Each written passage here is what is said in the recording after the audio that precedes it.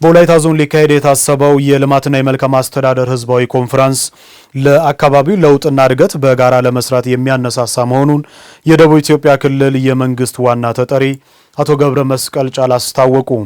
ለወላይታ ብሔር የልማትና የመልካም አስተዳደር ህዝባዊ ኮንፈረንስ በማስመልከት የክልሉ የመንግስት ዋና ተጠሪው መግለጫ ሰጥተዋል። ተጨማሪው እንደሚከተለው ይቀርባል። የወላይታ ህዝብ ለረጅም ዘመናት በራሱ አስተዳደር ሲተዳደር የነበረና ከአጎራባች ህዝቦች ጋር በጋብቻና በተለያዩ የማህበራዊ ትስስሮች ተጋምዶ በፍቅር የኖረ ህዝብ መሆኑን የደቡብ ኢትዮጵያ ክልል የመንግስት ዋና ተጠሪ አቶ ገብረ መስቀል ጫላ ከወላይታ ቴሌቪዥን ጋር በነበራቸው ቆይታ ተናግረዋል። ረጅም ዓመታት በታሪክ እንደሚነገረው ከ50 ነገስታት በላይ ለረጅም ጊዜ የመሩበት አካባቢ ነው። የራሱ ወሰን የነበረው የራሱ መገበያያ ማርጮ የሚባል ገንዘብ የነበረው የራሱ የአስተዳደር ስርዓት የዳኝነት ስርዓት የነበረው ልክ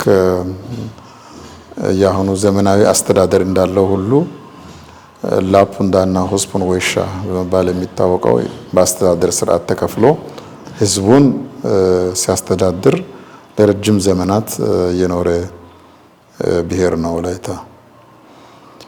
ያንን ቢሆን ወላይታ ከጎረቤት አካባቢዎች ጋር ከጋሞ፣ ከጎፋ፣ ከዳውሮ፣ ከሀዲያ፣ ከከምባታ፣ ከኦሮሞ ጋር ከጠምባሮ ጋር በጋብቻ በተለያዩ በንግድ በተለያዩ ኢኮኖሚያዊ በሆኑ ትስስሮች በሰላም የኖረ ህዝብ ነው። የወላይታ ህዝብ በዘመናዊ የመንግስት አስተዳደር ውስጥ ከተጠቃለለ ወዲህ የመንግስት መረጃን በንቁ የሚከታተል ሃይማኖትን ቀድሞ የተቀበለ በስራ ጥንካሬ የሚታወቅ ህዝብ መሆኑንም ጠቁመዋል። አቶ ገብረ መስቀል ወላይታ ደግሞ የመንግስትንም ስርዓት በማክበር ዛሬ መንግስት ምን አለ፣ ባንዲራ በጠዋት ወጥቷል ወይ፣ ባንዲራ በሰላም ወርዷል ወይ ብሎ ስለ መንግስት ውሳኔ ስለ መንግስት መኖር ሁሉ ጊዜ የሚከታተል የነቃም ህዝብ ነው ወላይታ ህዝብ። ከሃይማኖትም አንፃር ቀደም ሲል ባህላዊ እምነቶች ቢኖሩም ከጥንት ዘመን ጀምሮ የኦርቶዶክስ እምነትን ከተቀበሉ አካባቢዎች ወላይታ አንዱ ነው። ክርስትናን እምነት ማለት ነው።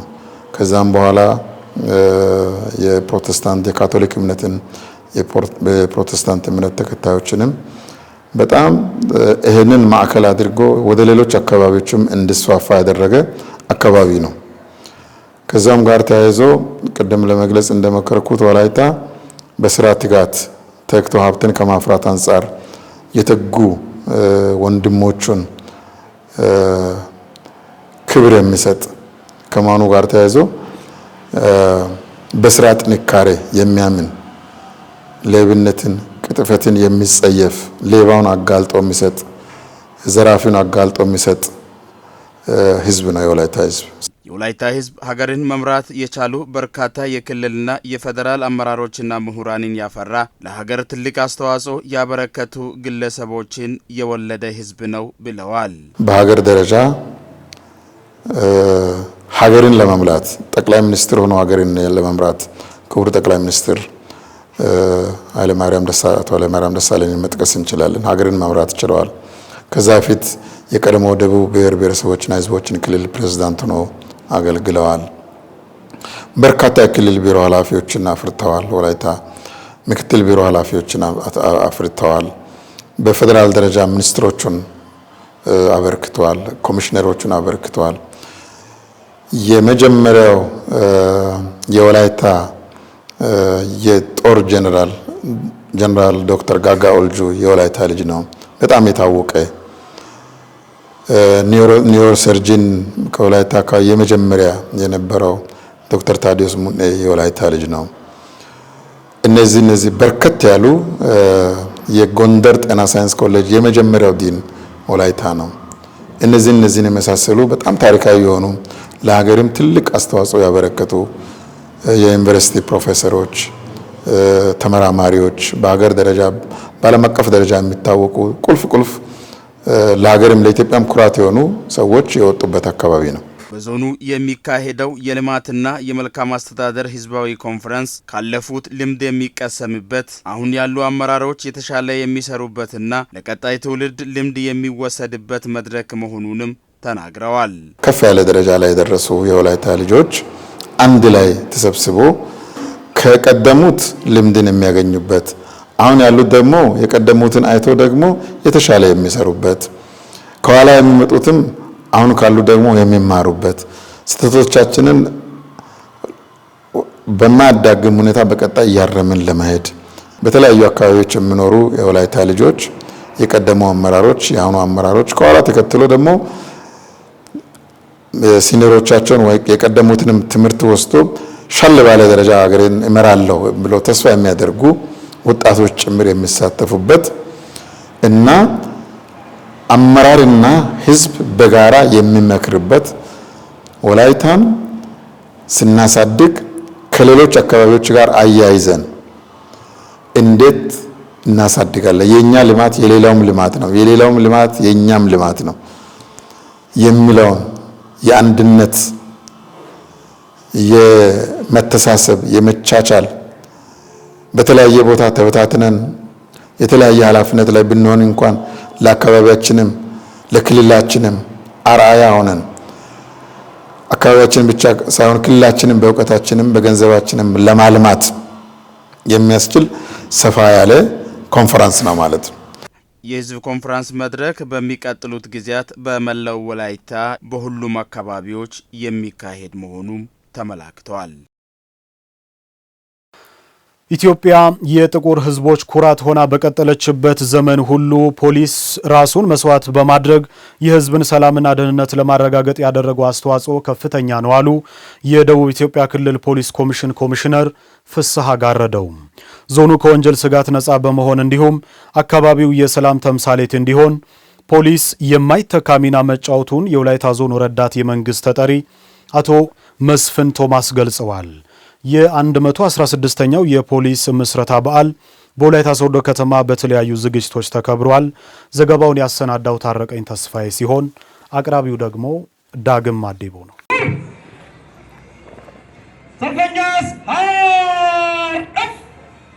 ህዝቡ በሰላም ወጥቶ ለመግባት የጸጥታ አካላት ሚና ከፍተኛ መሆኑ ይታወቃል። የኢትዮጵያ ፖሊስ በጀግንነት እየጠበቀ በሰብአዊነት እያገለገለ 116 ዓመታትን ያስቆጠረ ሲሆን የደቡብ ኢትዮጵያ ክልል ፖሊስ ኮሚሽንም በተለወጠ ሀገር ያደገ ፖሊስ በሚል መሪ ቃል የፖሊስ ምስረታ በዓልን በወላይታ ሶዶ ከተማ በተለያዩ ዝግጅቶች አክብረዋል።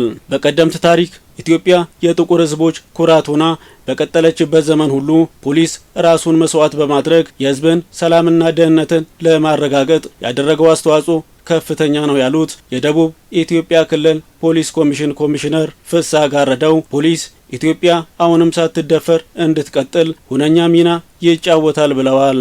በዚህ ረጅምና አዳጋች ጉዞ ውስጥ ኢትዮጵያ በርካታ የፖለቲካ ስርዓት፣ የአስተዳደር ስርዓት፣ የኑሮ ውጣ ውረዶችን እያለፈች በርካታ ወራሪዎችን እየመከተች የጥቁር ህዝቦች ኩራት፣ ያለመሸነፍ ምልክት፣ የአፍሪካ ተምሳሌት ሆና በቀጠለችባቸው ዘመናት ሁሉ ህይወታቸውን የሰጡ ቀደምት የፖሊስ አባላት፣ አመራሮች አሁንም ደግሞ ለኢትዮጵያ ክብርና ለህዝቦቿ ሰላም ሲሉ ቆመው የሚያድሩ ኢትዮጵያ ልጆቿን በጥቃት ወቅት በምትፈልግበት ጊዜ ሁሉ በመደበኛ የፖሊስ አገልግሎት ውስጥ ከሚሰጠው በላይ ከመከላከያ ሰራዊት ጋር በመሰለፍ ኢትዮጵያ ሳትደፈር እንድትቆይ ከፍተኛ አስተዋጽኦ አበርክቷል።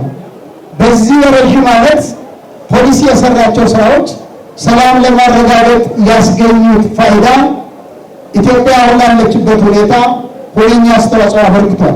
የወላይታ ዞን ረዳት የመንግስት ተጠሪ አቶ መስፍን ቶማስ በበኩላቸው ዞኑ ከወንጀል ስጋት ነጻ ወጥቶ አካባቢው የሰላም ተምሳሌት እንዲሆን ፖሊስ የማይተካ ሚና መጫወቱን ገልጸዋል።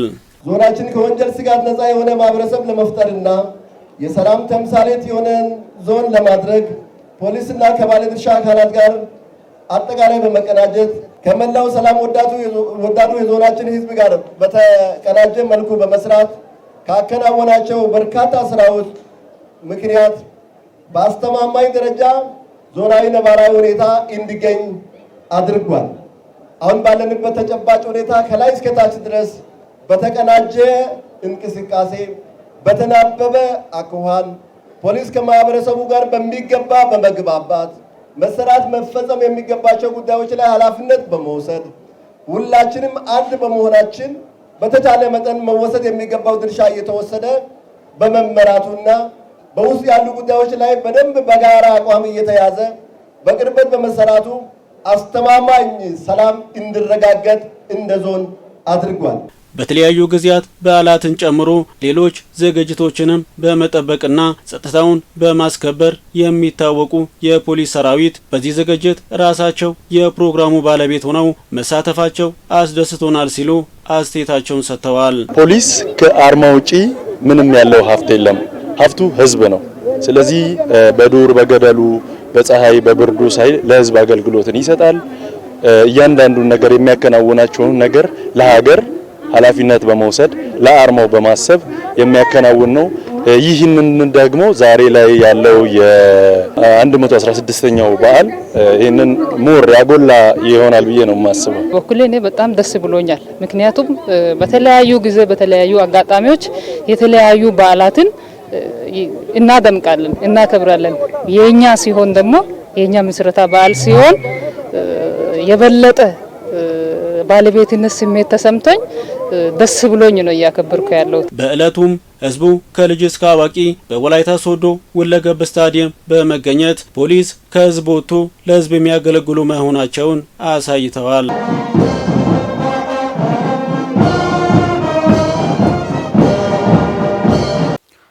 በተለያዩ የተፈጥሮ አደጋዎች የተፈናቀሉ ወገኖችን መልሶ ለማቋቋም መንግስት እየሰራ ያለውን ስራ ከመደገፍ አንጻር ግብረሰናይ ድርጅቶች የበኩላቸውን ድርሻ እንዲወጡ በምክትል ርዕሰ መስተዳድር ማዕረግ የዲላ ክላስተር አስተባባሪና የደቡብ ኢትዮጵያ ክልል ግብርና ቢሮ ኃላፊ ዶክተር መሪሁን ፍቅሩ አሳሰቡ።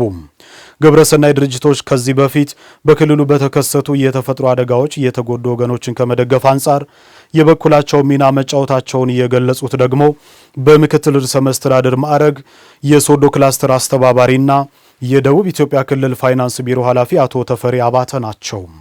የደቡብ ኢትዮጵያ ክልል ፋይናንስና ግብርና ቢሮዎች በክልሉ ከሚገኙ ግብረሰናይ ድርጅቶች ተወካዮች ጋር በመሬት መንሸራተትና በሌሎች የተፈጥሮ አደጋዎች የተፈናቀሉ የማህበረሰብ ክፍሎችን መልሶ ለማቋቋም የአጋርነትና የትብብር ምክክር መድረክ አካሂዷል። ለመለስ ኦልኮ ዘገባ ትሁን ዘለቀ። በዓለም አቀፍ ደረጃ በተፈጠረው በአየር መዛባት ሳቢያ በደቡብ ኢትዮጵያ ክልል በተለያዩ አካባቢዎች የተከሰቱ የመሬት መንሸራተትና ሌሎች የተፈጥሮ አደጋዎች ለብዙዎች ሞትና መፈናቀል ምክንያት ሆነዋል። የደቡብ ኢትዮጵያ ክልል አደጋ ስጋት አመራር የተግባሩ ባለቤት ሲሆን የክልሉ ፋይናንስና ግብርና ቢሮ በክልሉ ከሚገኙ ግብረሰናይ ድርጅት ተወካዮች ጋር በተፈጥሮ አደጋ ሳቢያ የተፈናቀሉ ወገኖችን መልሶ ለማቋቋም የአጋርነትና የትብብር ምክክር መድረክ አካሂደዋል። እንደ መንግስት የምንወስዳቸው እየሰራን ያለናቸው አቅደን እየተገበርን ያለናቸው ሰፋፊ ስራዎች አሉ።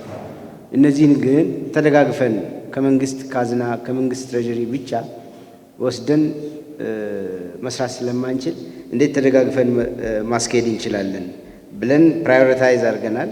በደቡብ ኦሞ ላይ በሌሎች ቦታዎች ላይ በጎፋ ላይም የነበሩ ክስተቶችን ለመደገፍ የተደረገው ጥረት በጣም ሰፊ ነው።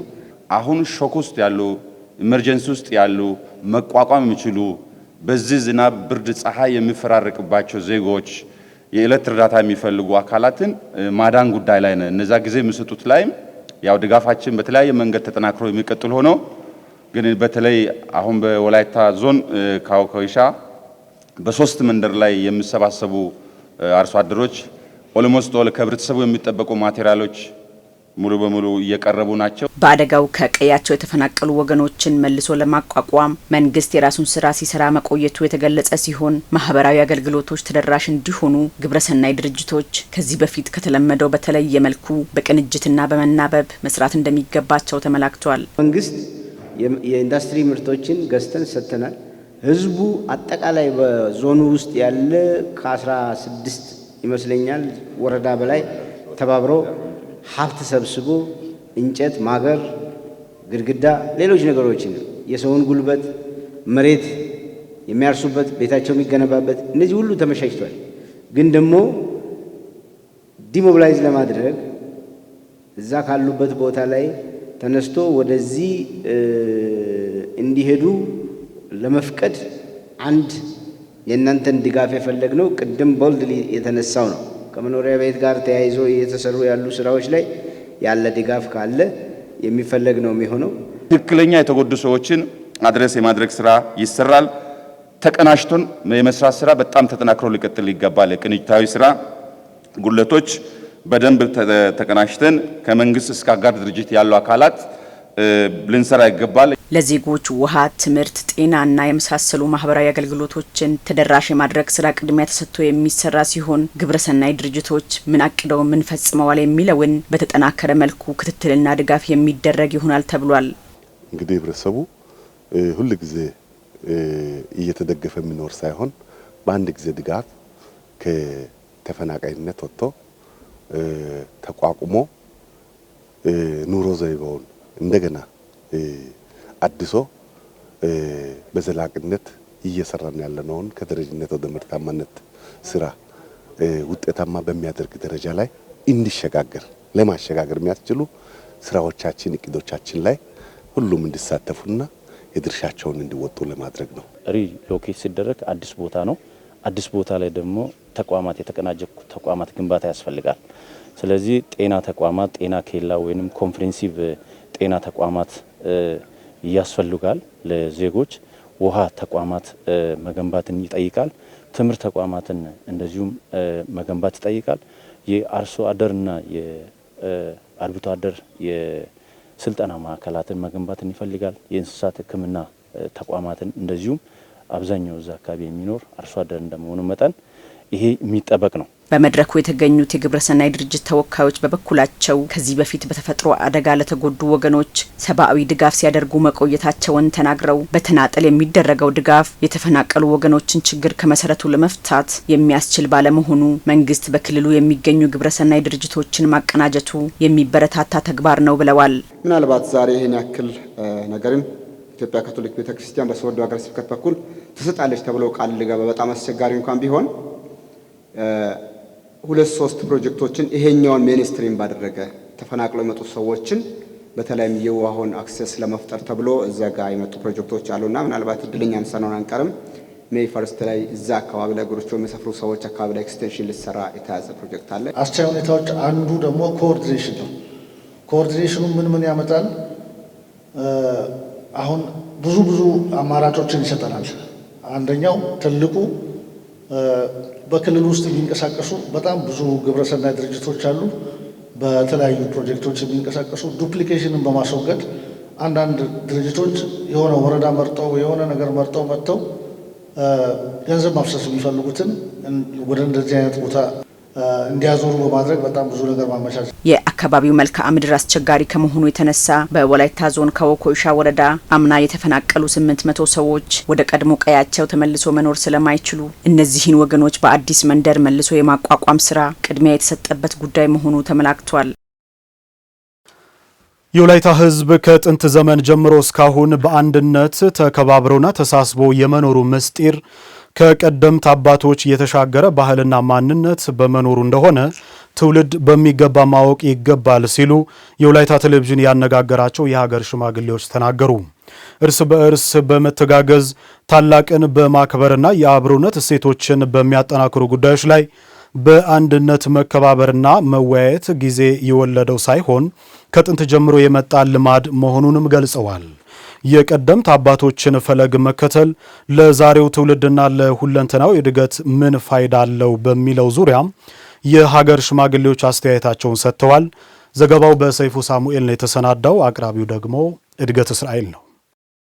ከጥንት ጊዜ ጀምሮ የወላይታ ህዝብ በማህበራዊ በኢኮኖሚያዊና ፖለቲካዊ ጉዳዮች ተማክሮ በመስማማት ሁሉም ወላይታ አንድ በመሆን በአብሮነት የኖረ ህዝብ እንደሆነ ይታወቃል። የቀደምት አባቶች ፈለግ ተከትሎ የነበረውን አንድነትና አብሮነት ትርጉምና ለሁለንተናዊ እድገት ያለውን ፋይዳ ትውልዱ አውቀው ማጠናከር ይገባል ሲሉ የሀገር ሽማግሌዎች ይናገራሉ። በሁለተኛ ላፑንታና ሆሱም ወሻ ብሎ ሲሰሩት ሁሉም አንድ ነው ማለት ነው።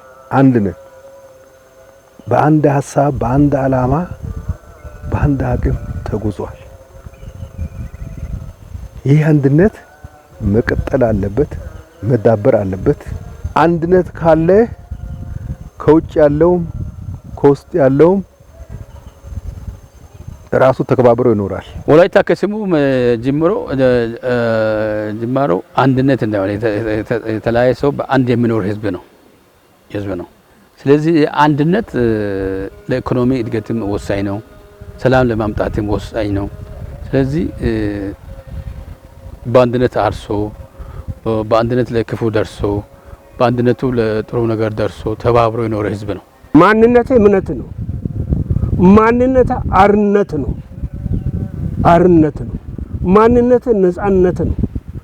ማንነት ተጠብቆ በጥንቃቄ ተመራምሮ የሚጠቅመው ማንነት፣ ዘላቂ ማንነት፣ የሚያሳድግ ማንነት፣ አንድነትን የሚያጠናክር የኛ ማንነት አብሮ ማደግ እንዳለበት ምኞትም ፍላጎትም አለን። በአባቶች ጊዜ የህዝብ አንድነትን የሚሸረሽሩ እርስ በርስ መተማመን እንዳይኖር የሚያደርጉ ጉዳዮች ሲያጋጥሙ የወላይታ ሀገር ሽማግሌዎች በጥልቀት ተወያይቶ የሚፈቱበት ባህል እንዳለም አንስተዋል። ጉተራ ወጥቶ በስብሰባ አንድ ላይ በቡድን ተሰብስቦ ተወያይቶ ተመካክሮ ያጠፋውን አርሞ አስተካክሎ እያረሙ መጥቷል። አስተዳዳሪዎችን ያረሙ አሉ። ቀበሌ የሚያስተዳድሩ ወረዳ የሚያስተዳድሩ ያረሙ የመጡ አሉ። ይሄ አሁንም ቢሆን በማንኛውም ጊዜ ከሌላ አካባቢ በተለየ ሁኔታ በወላይታ ላይ ተጠናክሮ መቀጠል አለበት። ፍርድ ቤት እኮ ይወስናል። በቃ አለቀ። በምን በቀረበው በጽሁፍ በቀረበው ነው እንትን ብለው የነገሩት መንስኤ አይከታተልም። የነገሮች መንስኤ ምንድነው? የቅራኔዎቹ መንስኤዎች ምንድነው? ሽማግሌ ያን መንስኤ ጎልጉሎ ያገኛል። ያቺ መንስኤውን ካላገኘ እርቅ አይመጣም። ሽማግሌዎች የግጭቱን መነሻ ግጭት የተፈጠረበትን ምክንያት ግጭት የሚፈታበትን ምክንያት አሰላስለው አውጥተው አውርደው አስበው ተመካክረው ሽማግሌዎች ከተመካከሩ ከተወያዩ በኋላ መፍትሄ ይፈልጋሉ። የዛሬ ወጣቶች የቀደምት አባቶች መልካም ፈለግ መከተል አለባቸው። ሽማግሌዎችም የታሪክ አመጣጥ መነሻ ትውልድን መቅረጽ ባለባቸው ልክ በማስተማር የወላይታን ህዝብ ታሪክ ለማሻገር አባታዊ ኃላፊነት መወጣት አለባቸው ሲሉም አሳስበዋል። በወረዳ በአካባቢ መከፋፈል የለብንም። በዘር በጎሳ መከፋፈል የለብንም። በሀሳብ ልዩነት ሊኖር ይችላል፣ ግን በተግባር አንድ መሆን አለብን። እውቀታችን አንድ ባይሆንም በተግባራችን አንድ መሆን አለብን። በዓላማችን አንድ መሆን አለብን። የተለያየ ሀሳብ ቢኖርም ወደ አንድነት ማምጣት አለብን። ሰላም ካለ እድገት ይመጣል። አንድነት ካለ ደግሞ ሁሉ ነገር የማይሸነፍ ነገር የለም። መከባበር፣ ባለስልጣናትን ማክበር። እኛ ጊዜ ሰጥቶን ነው እንጂ ድሮ እኮ በማናውቀው ሰዎች እንገዛ ነበር። ወላይትኛ ስንናገር እኮ በሚጤፉ ሰዎች እንገዛ ነበር። የነገ ትውልዶች የነገ ዜጎች ለኛ ትልቅ ተስፋዎች ናቸው። ማወቅን፣ ማሳወቅን፣ መምራትን፣ ማሳየትን፣ መንገርን፣ ፍቅርን፣ አንድነትን የመሰለ አንድነት ኃይል ነው። አንድነት ሀብት ነው። አንድነት ስልጣኔ ነው። አንድነት ጥንካሬ ነው። አንድነትን ይዘው እንዲሄዱ ልጆቻችን ብናስተምር። በአንድ አካባቢ ለሚኖር ህዝብ አንድነት፣ አብሮነትና ተጋግዞ መኖር ወሳኝ መሆኑን ትውልዱ አውቆ ከልዩነት ይልቅ አንድነትን በማጠናከር ለሀገር እድገት መፋጠን የራሳቸውን አሻራ ማሳረፍ እንደሚገባቸውም አመላክተዋል። የደቡብ ኦሞ ምርምር ማዕከልና ሙዚየም የጥናትና ምርምር ስራዎችን ከመደገፍ አንጻር የጎላ ጠቀሜታ እያበረከተ መሆኑ ተገለጸ።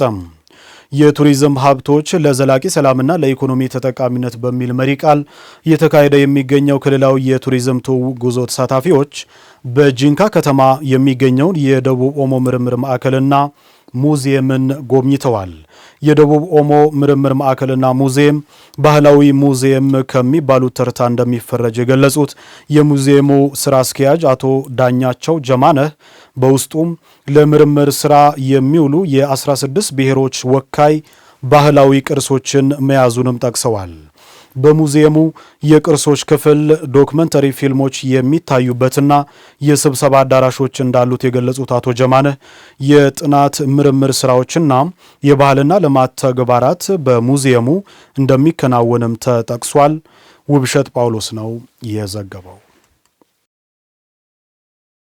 በሀገሪቱ 5 ሚሊዮን ቤተሰቦችን ተጠቃሚ ማድረግ የሚያስችል የባዮጋዝ ኢነርጂ አቅም መኖሩን የውሃና ኢነርጂ ሚኒስቴር ሚኒስትር ዴኤታ ዶክተር ሱልጣን ወሊ ገለጹ። ውሃና ኢነርጂ ሚኒስቴር ከወላይታ ሶዶ ዩኒቨርሲቲ ጋር በመተባበር ያስገነባውን 20 ኪሎዋት የማመንጨት አቅም ያለው የባዮጋዝ ማብለያ ፕሮጀክት አስመርቋል። በምርቃት ስነ ስርዓቱ ላይ የታደመችው ባልደረባችን ሰናይት አብርሃም ተከታዩን አዘጋጅታለች።